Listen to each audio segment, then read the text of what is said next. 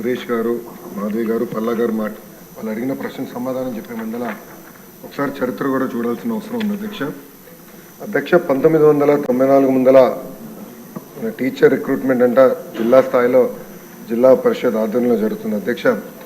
1994లో సంస్కరణలు తీసుకొచ్చిన తర్వాత అది సెంట్రల్గా జరుగుతుంది మొదలైంది అధ్యక్ష.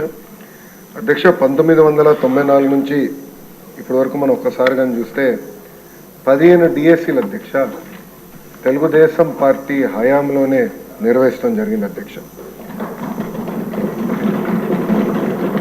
2019 వరకు చూస్తే దాదాపు 2,20,000 పోస్టులు మనం నోటిఫై చేస్తే అధ్యక్ష దాంట్లో 1,80,000 పోస్టులు మనం భర్తీ చేసుకుంటాం జరిగింది. ఇదొక చరిత్ర అధ్యక్ష.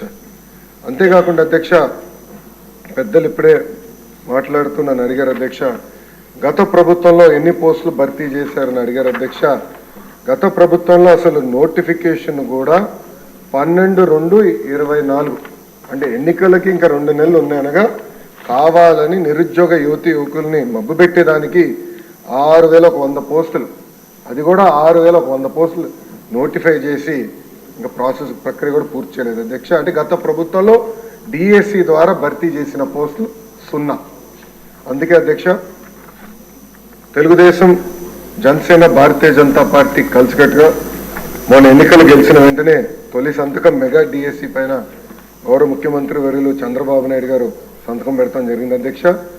దాంట్లో మాధవి గారు కొన్ని విషయాలు అడిగారు. ఒకటి, ఏజ్ రిలాక్సేషన్ చేస్తే బాగుంటుందని కోరారు అధ్యక్ష. ఇది ఆల్రెడీ ఫైల్ సర్క్యులేషన్లో ఉంది, గౌరవ ముఖ్యమంత్రి గారి దగ్గర ఉంది. ఆ ఫైల్ సర్క్యులేట్ అయినా తిరిగి వచ్చిన తర్వాత ఎంత ఏజ్ రిలాక్సేషన్ చేశామనే దానికి నేను సమాధానం చెప్పగలుగుతా అధ్యక్ష.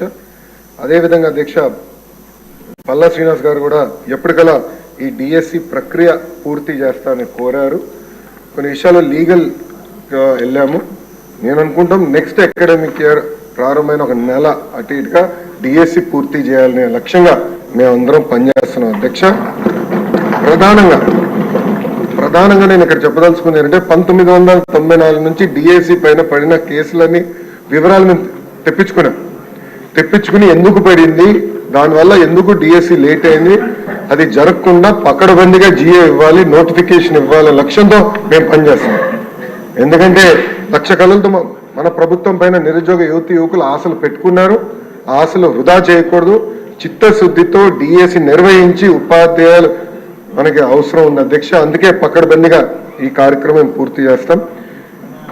ఇప్పుడే సురేష్ గారు ఒక ప్రశ్న అడిగారు అధ్యక్ష, జియో 117 గురించి ఆయన ప్రశ్న అడిగారు. దానికి సమాధానం చెప్పే ముందర ప్రధానంగా గత ప్రభుత్వం ఉపాధ్యాయులను ఎట్లా హెరాస్ చేశారో మనందరం చూసాం అధ్యక్ష. వాస్తవం మాటలు చెప్పాలంటే సమాజంలో మార్పు గత ప్రభుత్వంలో వచ్చిందంటే దాని కారణం ఉపాధ్యాయులు అధ్యక్ష. ఆ రోజు పెద్ద ఎత్తున రోడ్డెక్కి ధర్నా చేసి వాళ్ళ హక్కుల కోసం పోరాడారు. ఆ రోజు నుంచి ప్రజలు అందరు కూడా రోడ్డెక్కడం మొదలుపెట్టారు అధ్యక్ష. సో ఉపాధ్యాయుల్ని కూడా రాబోయే రోజుల్లో ఈ ఆంధ్రప్రదేశ్ మోడల్ ఆఫ్ ఎడ్యుకేషన్లో భాగస్వామ్యం చేయాల్సిన అవసరం ఉంది అధ్యక్ష. గత ప్రభుత్వంలో అధ్యక్ష సుమారుగా 6 లక్షల మంది విద్యార్థులు ప్రభుత్వ పాఠశాలలో తగ్గిపోయారు అధ్యక్ష. ఇది ఆందోళనకరమైన పరిస్థితి. సో దీన్ని కూడా నేను కొన్ని టార్గెట్స్ పెట్టుకున్నాము. ముందల విద్య నాణ్యత పెంచాల్సిన అవసరం ఉంది. జియో 117కి ఆల్టర్నేటివ్ తీసుకురావాలి లక్ష్యంతో ఆల్రెడీ మేము పనిచేస్తున్నాం. ఇప్పటికీ సంఘాలతో అనేక మార్లు మీటింగ్లు కూడా కమిషనర్ గారి నాయకత్వంలో పెడతాం కూడా జరిగింది అధ్యక్ష. గత ప్రభుత్వం లాగా ఉపాధ్యాయుల కోసం తలుపులు మేము మూసేలేదు అధ్యక్ష. ప్రతి వారం ఫ్రైడే 11 నుంచి 2 వరకు మా తలుపులు ఉపాధ్యాయుల కోసం తెరుస్తున్నాయి. వాళ్ళ సమస్యలు మేము తెలుసుకుంటున్నాం. ఒకవేళ వాళ్ళు రాకపోతే మా కమిషనర్ గారే సంఘానికి ఫోన్ చేసి మీరు ఎందుకు రాలేదు, మీకు టైం ఇచ్చాం కదా అని ఉల్టా మేమే ప్రశ్న అడిగి వాళ్ళని కూర్చోబెట్టుకుని, ఎందుకంటే మేము కూడా చాలా నేర్చుకోవాల్సిన అవసరం ఉంది అధ్యక్ష. ఎందుకంటే ఫీల్డ్లో ఉండేది ఉపాధ్యాయులు, సెక్రటరియట్లో ఉండేది మంత్రి గారు. ఫీల్డ్ రియాలిటీలు తెలుసుకోవాలంటే కంపల్సరీ ఉపాధ్యాయులతో మాట్లాడాల్సిన అవసరం ఉంది. నిరంతరం మేము చర్చిస్తున్నాం. గత 5 నెలలుగా చర్చలు జరుపుతున్నాం. జియో 117కి త్వరలోనే ఒక ఆల్టర్నేటివ్ తీసుకొస్తామని ఈ సభాముఖంగా ఉపాధ్యాయులకి గౌరవ సభ్యులు సురేష్ గారు కూడా నేను హామీ ఇస్తున్నా అధ్యక్ష. ప్రధానంగా అధ్యక్ష హెరాస్మెంట్ అనేది ఉండకూడదు. ఉపాధ్యాయుల బాధ్యత పిల్లలకి చదువు చెప్తాం.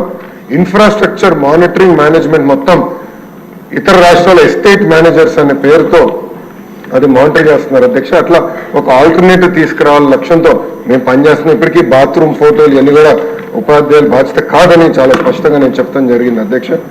సో చాలా క్లియర్ గా ఆంధ్రప్రదేశ్ మోడల్ ఆఫ్ ఎడ్యుకేషన్ తీసుకొచ్చే బాధ్యత మేము తీసుకుంటాం అధ్యక్ష. అధ్యక్ష చివరిగా ఒక మాట చెప్తాల్సుకున్నాం అధ్యక్ష. గతంలో కూడా ఉపాధ్యాయుల పైన వాళ్ళు ధర్నాలు చేసినప్పుడు అనేక కేసులు గత ప్రభుత్వం పెట్టింది. ఆ కేసులన్నీ కూడా సరైన కేసులు కావు, దొంగ కేసులు. ఎట్లయితే మీ పైన పెట్టారు, నా పైన పెట్టారు, అట్లనే ఉపాధ్యాయుల పైన దొంగ కేసులు పెట్టారు అధ్యక్ష. ఇప్పటికే నేను డీజీ గారితో కూడా మేము చర్చించాం. ఆ కేసులు కూడా త్వరలోనే మన ప్రభుత్వం తీయబోతుందని సభాముఖంగా ఉపాధ్యాయులందరినీ క్వశ్చన్ నెంబర్ 27